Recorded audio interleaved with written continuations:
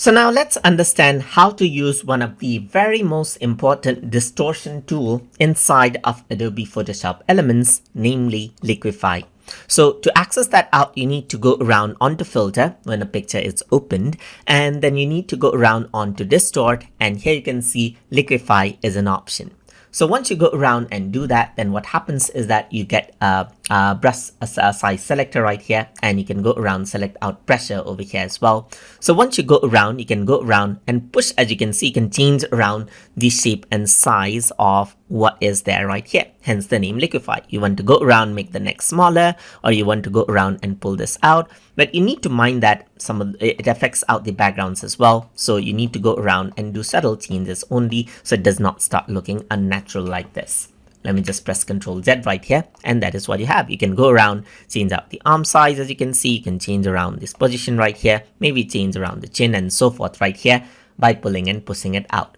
Besides that, you can also go around and make twirls right here. So you can really go around and twirl it out by clicking right here. It twirls out the face, as you can see. And let me just press Ctrl Z right here. Let me increase out the size of the brush, and you can twirl it out, as you can see over here. You can twirl out by clicking over here just like this as well and make adjustments.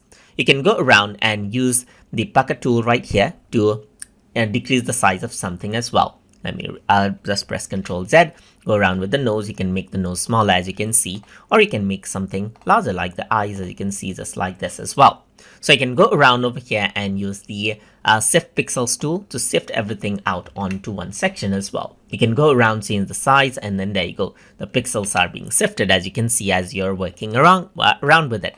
You can work around with the reconstruction tool to get it back right here on the original position as well. So you can go around, work around with the size on the pressure to go around and turn it back to normal as well. So this is how you can go around and then work around with the Liquify tool right here to get someone to be something like it. So you want to change the body shape right here, just like this, or you want to change around, liquify out something like this, like the rods right here. You can go around and change the shapes of them as well. You want to make the watch larger. Let's say, for example, I'm just going to go around and click and the watch becomes larger. And that is how you can go around and make changes to pictures as you want, as you can see, by using the Liquify tool. So I hope you guys learned something as always. And as always, please like, comment, share, and subscribe.